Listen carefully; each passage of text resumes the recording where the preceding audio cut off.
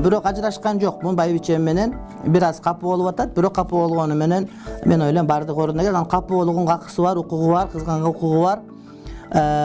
Мен үйлөндүм, ошол Туркияда бала багып иштеп жүргөн, турмуштан ошол күйөөсү өтүп кетип, жесир калган 30дагы келинге үйлөндүм, 30дан өткөн.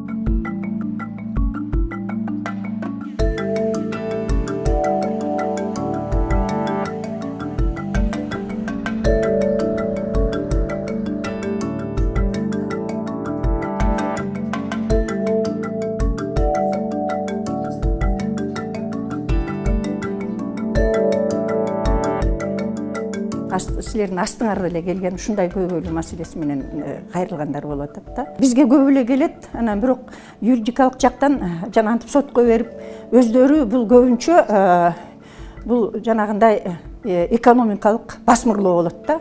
Анан бирөөдөн сурайт, сурабайт, анан бүт өзүнүн мүлкүн туугандарына жаздырып алат дагы. Эгерде барсаң, биздин коомго, мамлекетке, эркектерге чакырык таштап атат да. Мына мен ачык чыктым. Силер коркоксуңар.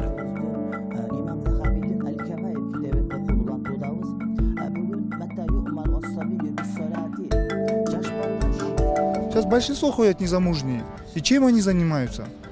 А если они выйдут замуж, например, пускай она выйдет второй женой, третьей женой, четвертой выйдет женой, зато она будет дома сидеть, и она будет обеспечена, она будет рожать детей, она будет воспитывать детей.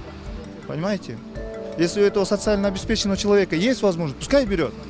Бисмилля, здесь ничего такого плохого нет. Пусть сперва обеспечит первую, нормальную, единственную официальную жену. Ну а если человек будет обеспеченный, который в состоянии... Пусть поможет тогда родственникам по законам ислама.